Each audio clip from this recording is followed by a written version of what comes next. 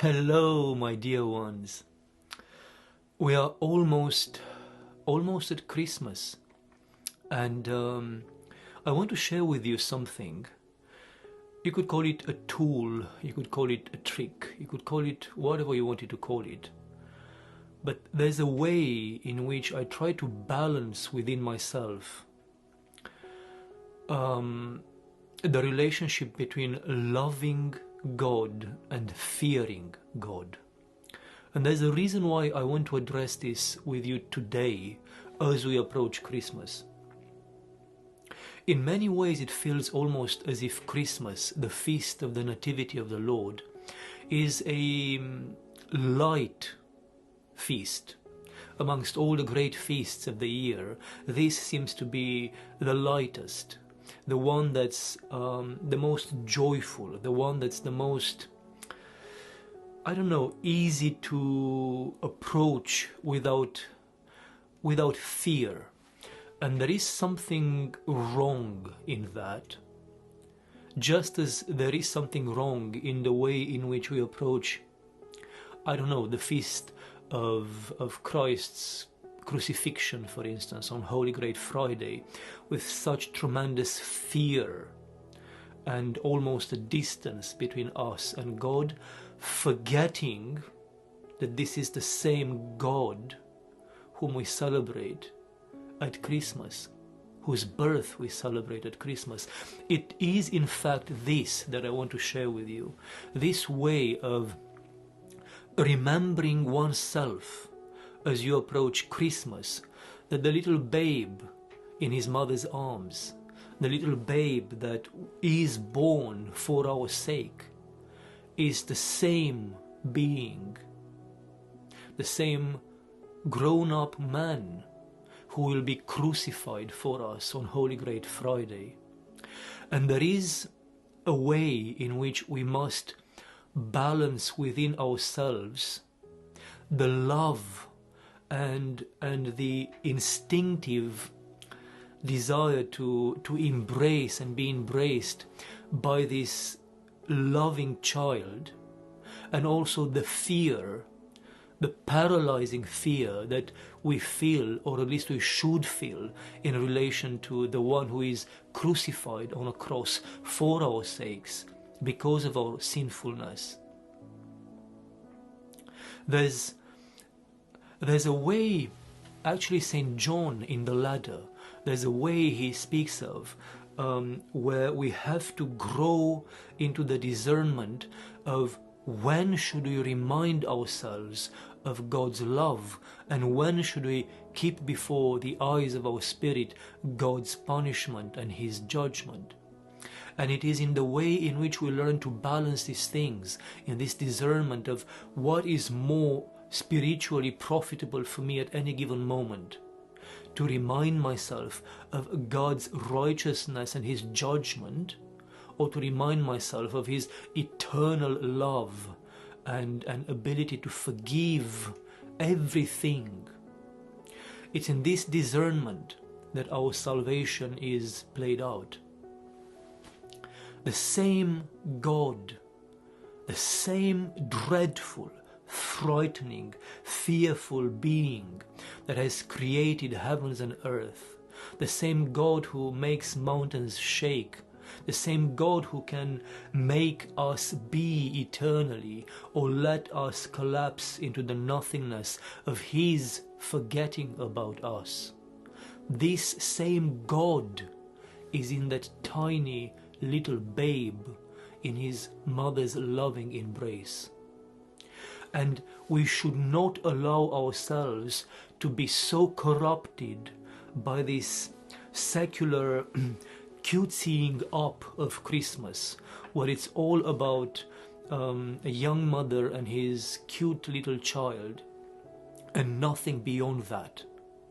This cute little child made heaven and earth, and it is before this cute little child that we shall stand in judgment one day. And this same babe will be the one who, based on our own behavior and deeds, on our faith and our intentions, and above everything else, based on his love, on who he is, because he is love, it is this same babe that will judge us and determine our eternal fate.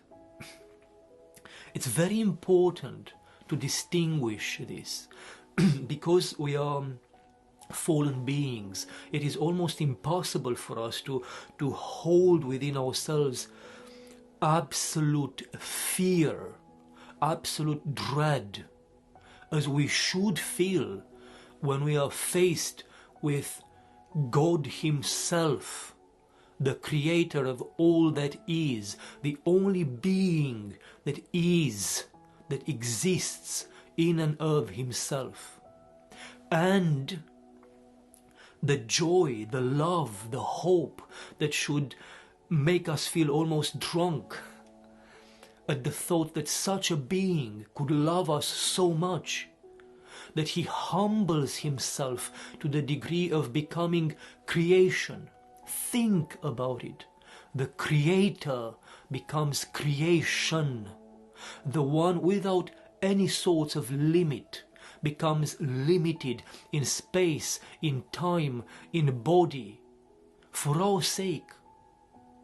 If the thought of God himself putting himself on a cross for our sake inspires fear, godly fear in you, then how much more should this act of extreme, otherworldly love and humility of the Creator becoming creation, so that the story of our salvation could start and eventually be accomplished, how much more should this act of extreme love and humility inspire fear in us? Of course, this is the season of joy. Of course, this is the feast of joy. But what is joy? Don't confuse the joy, the spiritual joy of the saints, the joy that the apostles are talking about, and the joy we feel when we receive a gift, or the joy we feel when anything good happens to us. If you look at the saints of the first centuries, for example, whenever they had a vision of God, which is the ultimate joy that a human being could experience, whenever they could see Christ, they collapsed in terror to the ground.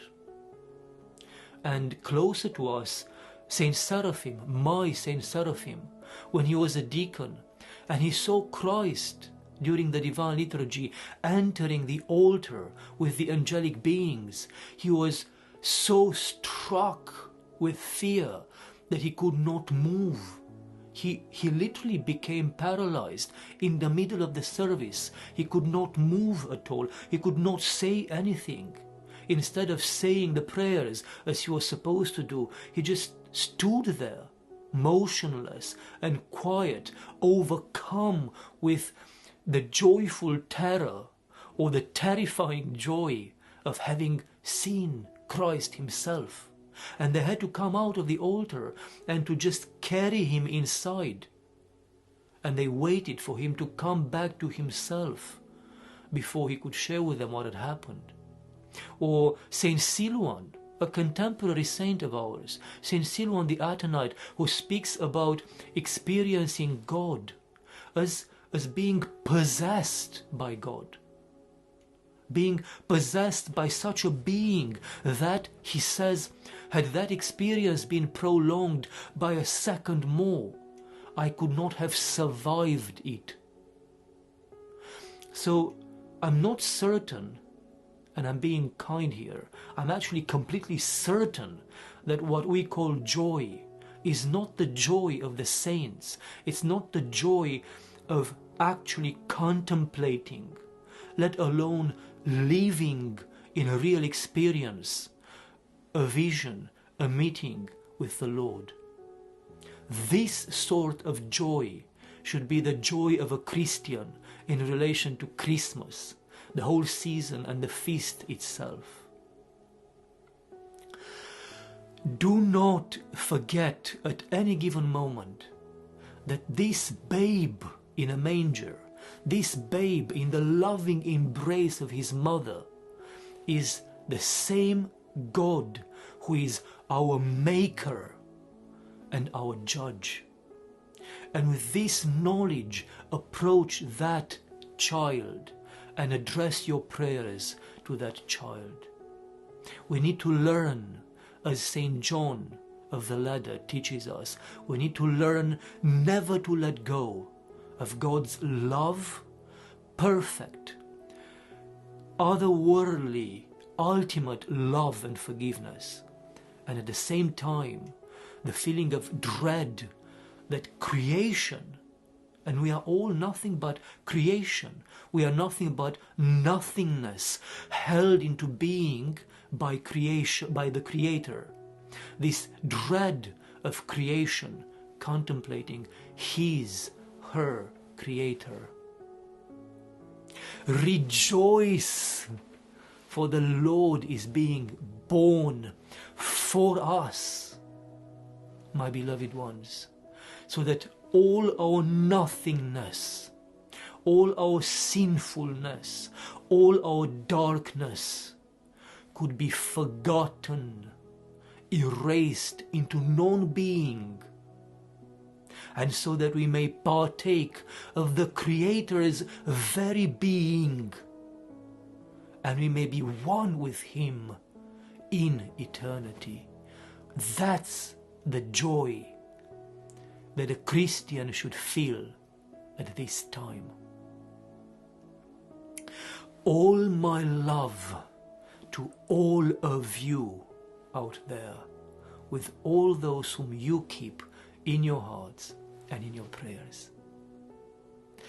Be blessed, be blessed, be blessed, my dear ones.